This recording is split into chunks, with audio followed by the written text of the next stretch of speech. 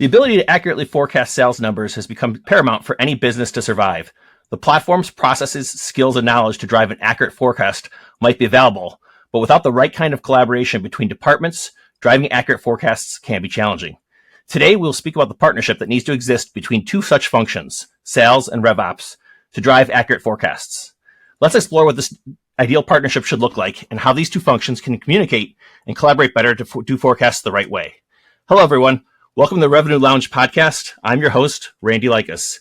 And joining me today is Kevin Mulrane. He's a revenue leader who has built and scaled revenue teams across sales development, new business acquisition, retention and expansion, sales ops, and sales enablement. Hey, Kevin, thank you so much for joining us today. Hey, Randy. No, I appreciate you having me on, man. Excited to chat for sure. Well, I appreciate you taking the time. So look, you work with a lot of organizations. A lot of them are looking to drive of pipeline and forecast. What would you say it would be, what an accurate sales forecast kind of looks like? How does that come together?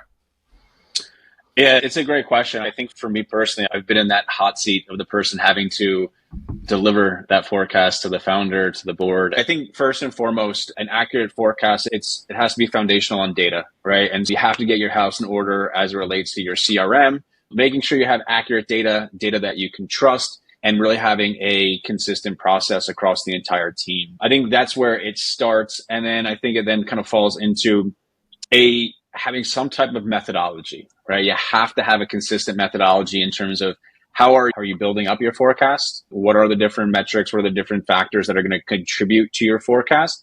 And having a way to measure that accuracy month over month, quarter after quarter, because again, it's forecasting. Part of the difficulty is how fluid it can be. Mm-hmm. You have to be able to have an honest look back to really be able to find ways to optimize your forecast as you go. I think those are like the two starting points and the two foundational pieces, which being that data and that consistent methodology. Yep, I couldn't agree more. Are you seeing companies that are trying to forecast more accurately? How are they going about allocating the resources to do that and their budgets judiciously? Yeah, I think there's twofold, right? There's a lot of really great tools out there that are able to help with forecasting. There's some great tools out there that I absolutely love. But if, again, like I mentioned, if you don't have accurate data, if you don't have your house in order, you're just visualizing terrible data, right? So it's not going to give you what you're looking for. So I think where I see a lot of companies going, they are investing in RevOps because you have to have a really clear process. You have to have somebody who's going to enforce that process and get reps to adopt things. And what tends to happen sometimes is that all of that responsibility falls on the shoulders of the VP of sales, the sales leader, right? And when you really think about it, you want their time spent in the pipeline in front of clients, helping hit that forecast and helping close revenue. It really can be a full job to deploy a new process, to enforce, right, to keep reps on check. So I think those are the two places where I see from an investment perspective is first and foremost investing internally on RevOps to build out that process and gain user adoption. Mm-hmm. But then at the same time, next phase is looking at some of these tools that are helping with the forecast process. Yep. Okay. You bring up an interesting point around RevOps. And I remember you telling me how you've seen both sides of the coin when it comes to hiring RevOps, right? First waiting it out, realizing how badly you need a RevOps function a little bit down the line, right? Can you tell us a little bit more about sort of your experience there? Yeah, absolutely. I've had experiences, like you said, where I've hired RevOps on the early side. I've also been a part of it where I really wanted to hire RevOps and just could not make it happen in the early days. And listen, I think where it really lands is when you're in that VP of sales seat or that CRO seat, there's a lot you need to do, right? And you have to think about where, if you're the founder, you're the CEO, you have to think about where do you want this person spending their time? And it usually should be impacting the pipeline, driving revenue, speaking with customers. If you think about the role of RevOps, clearly it's a full-time role, right? It's one of the most popular, one of the biggest roles that exist today. And so in order to set your VP of sales up for success, they have to have a partner in RevOps, mm-hmm. right? Not just to do the work in the sense of building the CRM, building the process, gaining user adoption for the reps, but also to like, as it relates to forecasting. One of my RevOps people that worked for me, he was amazing because like he would keep me in check, right? Like when you're that VP of sales and you're delivering a forecast, it's kind of like delivering your quality of work in a sense. And there's a lot of emotion and passion that can go into that performance. So having somebody who's like a bit further removed, call it like a third party that can say, hey, listen, I think you're being a little too optimistic with this part of the forecast. And they could just look at it from a more of an objective stance. And when I've had the ability to hire earlier, it got our processes in line. We started moving a lot quicker, but ultimately it allowed me to be more successful in my role because I was able to spend the time where it mattered the most. Yeah, it sounds like the way that you've approached it is bringing that RevOps person to the strategy table with you. They're not just somebody who executes on things, but they're actually helping you at the strategic perspective set up the right processes in order to drive that accurate forecast. Am I summarizing that correctly? Yeah. And it evolved. Like it definitely evolved over time. At first, it was somebody who was probably a little bit more in the weeds of building the CRM, cleaning up the CRM, building process, building reporting. And then as we got those foundations in place, it started to transform more into that strategic role, right? Somebody who is able to take a look at our overall performance, take a look at the customer journey, and again, be very objective in terms of what they see that's happening. And so it definitely was an evolution from my experience, but there's definitely a role for both, right? Somebody that's going to be maybe a little bit more on the tactical side. Yeah. But eventually there's so much power in having your RevOps become more and more strategic as that department for you evolves and grows and matures. Yeah.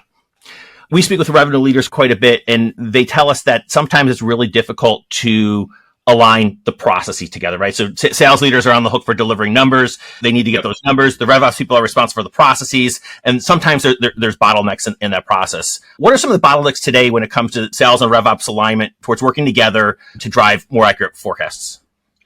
Yeah, I think the biggest challenge there and the biggest wrestling match, if you will, is RevOps and even RevOps. I think all leadership, right? We want lots of data to tell us what's going on. And in order to track all of that data, that means you have to input a lot of data into that CRM. And I think where there's a bit of a wrestling match is, well, how much data do we need to input and how many steps is that going to take? And then how much time is sales spending in the CRM as opposed to with their customers, right?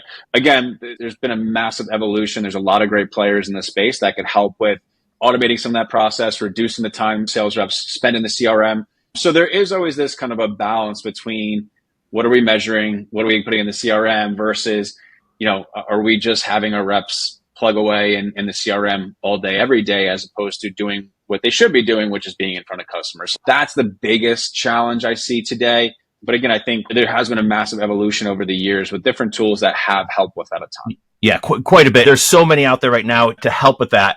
I think what companies often will need to do is take a look at what are, as an organization and by function, what are our goals and our objectives to ensure the right communication, the right collaboration around the forecasting process.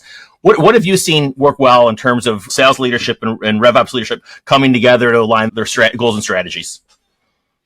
Yeah, first and foremost, I think it starts with just that, right? Really understanding what are the core goals around what makes us all successful. And I think from a RevOps perspective, particularly as it pertains to revenue, like what do we need to measure and understand in order for us that's going to help us become more successful, right? I think too, if this is something that's earlier days for you, don't go from zero to trying to measure everything under the sun to begin with, right? Start with the core 4 or 5 metrics, the most important things that you think you need to know now, right? Build that out, get into that process, start running that. But again, sales reps, if you ask them to do 25 things, they're going to do 5. Right. Right. If you're lucky. You ask them, if you're lucky, right? But if you ask them to do 5, you're probably going to get them to do 3 or 4. Right. Right. And so it is about trying to figure out this way for adoption. But I think it's just having a really clear understanding of what's super important for us as a company. What is our North Star? And having those key goals clearly defined, and then understanding how each role is going to play a part in achieving those goals is super critical. Yep. Couldn't agree more with you on that. We talked a little bit about the different technologies that are out there to help with support the forecasting process. In what ways are you seeing like automation drive that process, and how can RevOps facilitate the implementation of those things? Yeah, like I said, there's lots of really cool tools and platforms and things out there, but foundationally, if you don't have really good user adoption and you don't have really good accurate data, you're just visualizing something terrible, right? I think where RevOps really plays a key role here is increasing user adoption with the team, right? Having a clearly defined process, having a playbook for the team to revert back to, and constantly looking back at that playbook to see where adoption is, where we're falling apart, and where can we optimize that process? Because again, we don't want reps living their lives in the CRM. So what elements is that we might be able to automate? Maybe we can reduce, but how can we, again, because your two goals are going to be, or three goals really are going to be user adoption, right? Accurate data input into the CRM and spending less time in the CRM. Now, those things, again, that's like a wrestling match across those things. So RevOps is really quarterbacking that strategy and that implementation. So that way the sales leader can do what they're probably hired for, which again, is being with the reps, being in front of customers, help getting deals over the line. Yep, 100%. One of the things I've seen often is companies that aren't prioritizing like the importance of having good data in the CRM is the reps are trying to run their plays. And when they've got bad data in the CRM, they don't trust it. And when they don't trust it, they don't use it. And then it's a self-fulfilling prophecy, right? The less they use it, the more bad data that we have, or we're not capturing the right data, right? It's just this big area. So I'm curious, like, what are some of the best practice that you've seen RevOps professionals do to gain that trust and the buy-in of the sales team that like the data is good in the CRM? If you can trust the data and we're working on this together, we're going to improve our forecasting initiatives over time. Yeah, it's a great question. I think to really help with sales rep adoption with any tool, but particularly a CRM, is you have to show them what's in it for them. Right. Right. Why is it going to be important? Like, again, by them upholding this process, adopting this process, inputting this information, why is it important for them? Right? They know it's because, we have to have this report for the board so we can see this, they can see that. It does feel a little like big brotherish micromanaging, but if you can show the reps and you can say, hey, listen, we actually built this dashboard specifically for you, that's going to allow you to see how your performance is across your entire process, right? Yep. And maybe we can identify certain parts of your process where there's drastic fallout, right? Or there's a certain element of the process that you're doing really well, right? How can we double down on that? Or if there is a drop off somewhere, that's a coaching moment where, hey, we can get in there and we can help train, develop, and coach you. So that way your overall performance is greater, right? So if you can tie the adoption of a CRM back to how to help their performance, help them achieve their goals better, keep them more motivated, that's a really good way to help get more adoption in the CRM for accurate data. Yeah, it's moving it away from a mindset of, I've got to update the CRM to keep my manager happy, to keep my leader off my back, to whatever it might be. So this elimination of the burden, right? To how is this going to help me advance my opportunities, create more pipe, whatever it may be, so that they see personal value in the data itself. Yeah, 100%. It should start to transform and feel more like whether it's a coaching tool, a tool to help them identify more opportunity to create and close. But again, it definitely should feel like it's an asset to their success as opposed to a burden of the work they need to do. So they don't get that 4 p.m. on a Friday from your manager. Hey, what's going on with this deal? What's going on there? You got to update this, right? Exactly. So I'm curious though, like when it comes to the revenue operations leaders and the sales leaders coming together, do you have any success stories? Like we've been talking about a little bit, but can you give an example of where you've seen it work really well? Yeah. I think one that really jumps out at me is, so I previously worked for a company called OnRamp Invest, and we're a fintech company. Early days, right after seed stage investment, had a massive wait list of beta customers. And a couple months later, it was like they had 4 paying customers. And that's when I joined. But what was really hard to see, like, as you came into the business, there was no consistent process, right? Everything was a leaky bucket, and you really couldn't understand where the fallout was and what was happening, right? Like someone would come in, they signed up for the wait list. What communication did they get? Where did they go? Who interacted with them? What were next steps? Like it was just kind of this massive dark hole. Yeah. And we had a few folks on the team on the revenue side, and I immediately brought in RevOps because we just had so many blind spots to what was happening in the business. And it was like, okay, we really need to start to build out a more formalized process and understand what's actually happening. Where, if we have to patch one hole, right? Of all the holes, you get to patch one, which one is it? And you're like, I don't know, because you can't measure that impact. So brought in RevOps, started to define our process, started to be able to actually get visibility to what's going on. Sometimes RevOps have this really cool like CRM forensic skill set. They can actually like start to really build things out and just get a bit deeper. So we started getting more visibility, and 4 or 5 months later, we're over 50 paying customers because we just had better visibility to what was happening. And so I think in a lot of CRMs, there's lots of, I always call them like lots of leaky buckets, like leads that don't have any homes, leads that may not have been followed up on the right way, close loss opportunities that haven't been touched in 9, 12 months. There's a lot of opportunity in your existing CRM. And I think RevOps is a huge opportunity to come in there and pull that value out. So RevOps owns the, if I'm understanding correctly, RevOps owns the insight of that. Like, here's how many leads we haven't touched. Here's how many. It's on the sales leaders to have their teams execute on that. Is that accurate?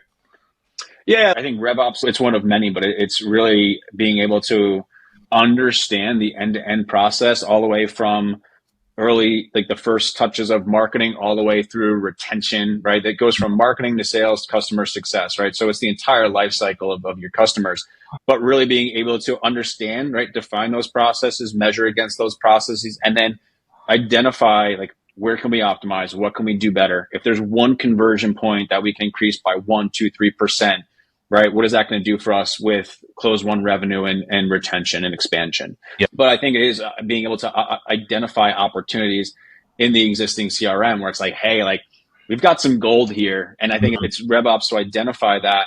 And then it's sales to really start to, again, work as a collective go-to-market unit with marketing, with sales, and to say, hey, here's some plays that we can run. Here's how we can reactivate this group. Yeah. Let's run this webinar. Let's put sales doing this. And it's really, I guess, more the leadership of both sales and marketing to execute against that. Yeah.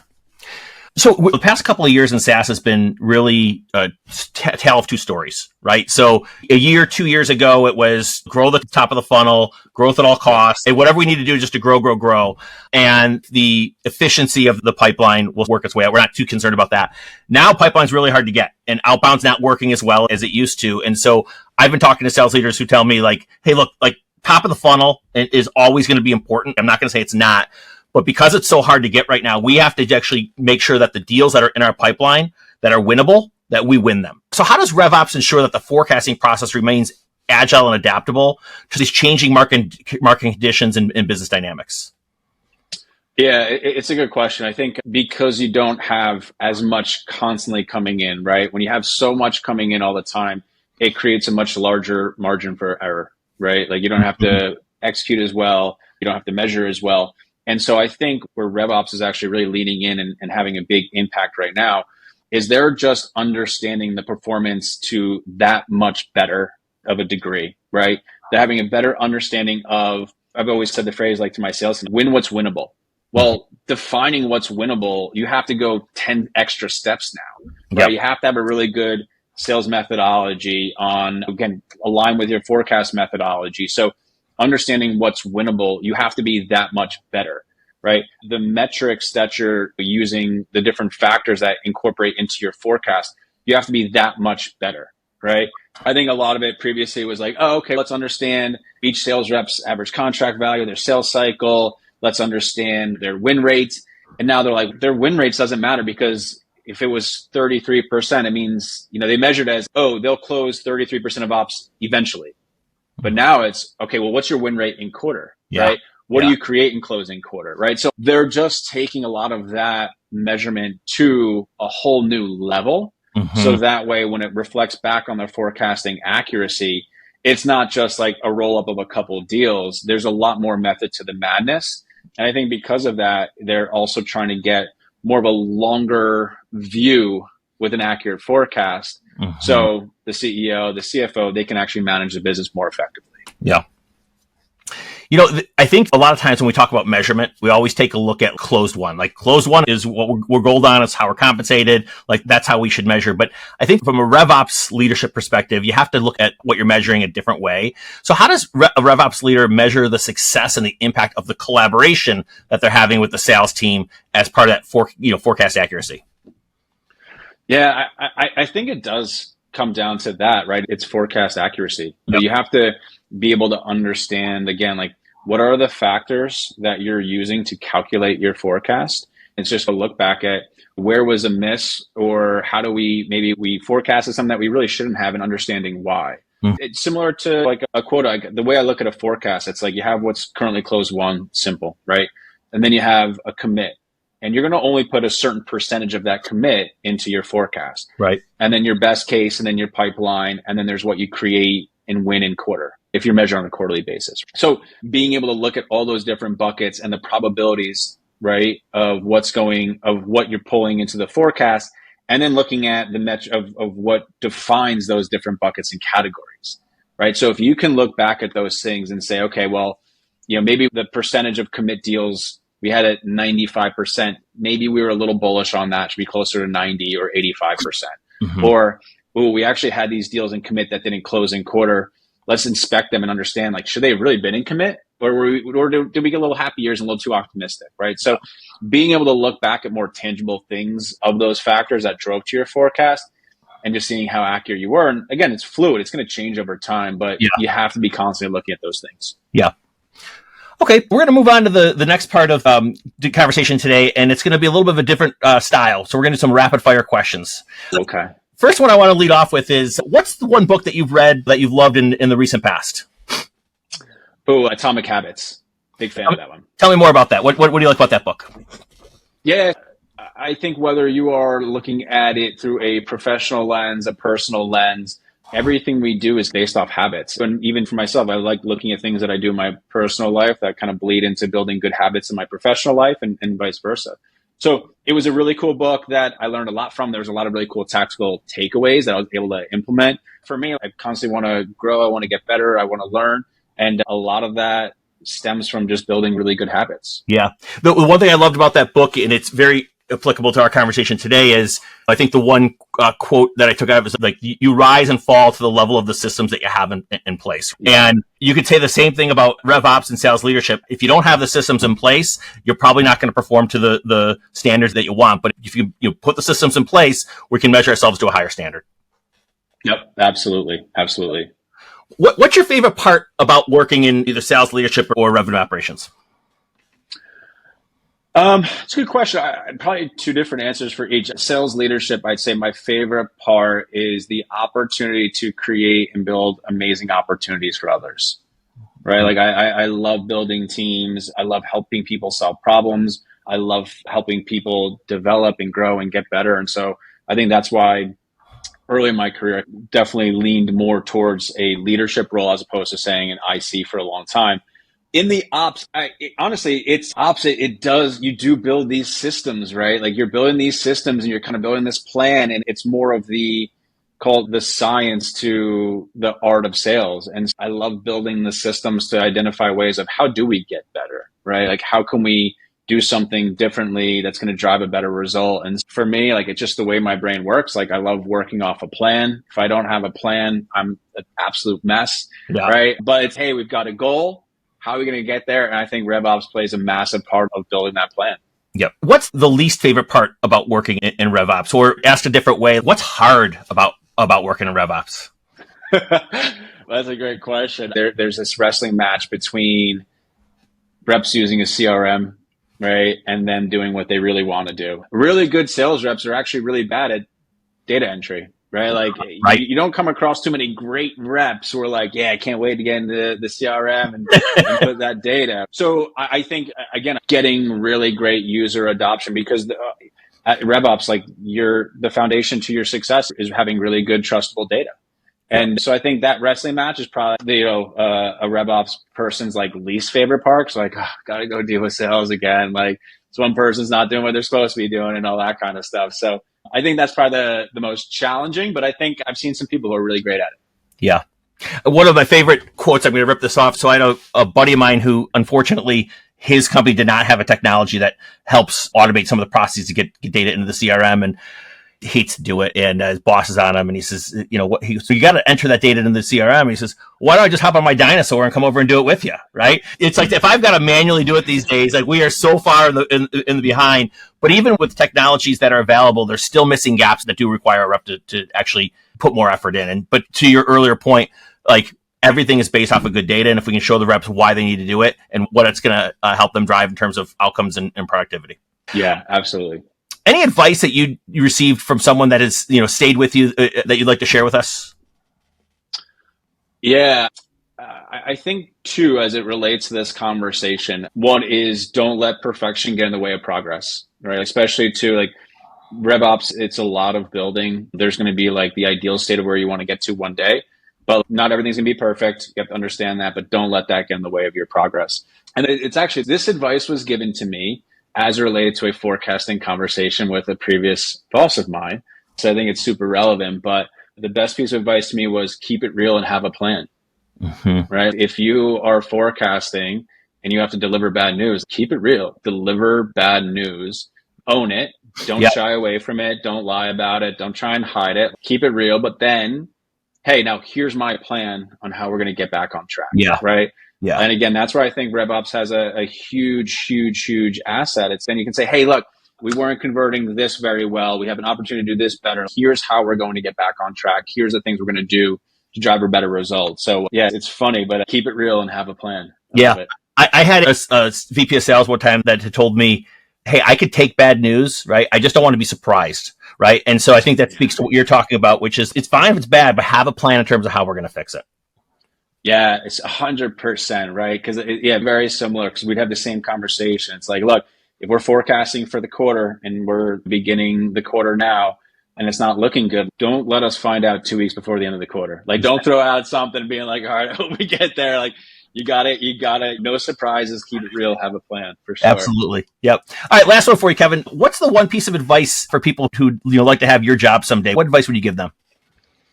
Ooh. I guess I'll speak from like the sales leadership side of things, but leadership is not for everybody in a sense. Like, you got to be passionate about it, right? And I think you have to have a really strong why if you want to move into a sales leadership role. It's very, very different than being the number one top performing rep. I think the skill sets are very different. The experience is very, very, very different. And so I think whenever I heard SDRs want to move into AEs want to become managers, directors, VPs, like my first question always is like, why? Yeah. Why do you want to do it? Yeah.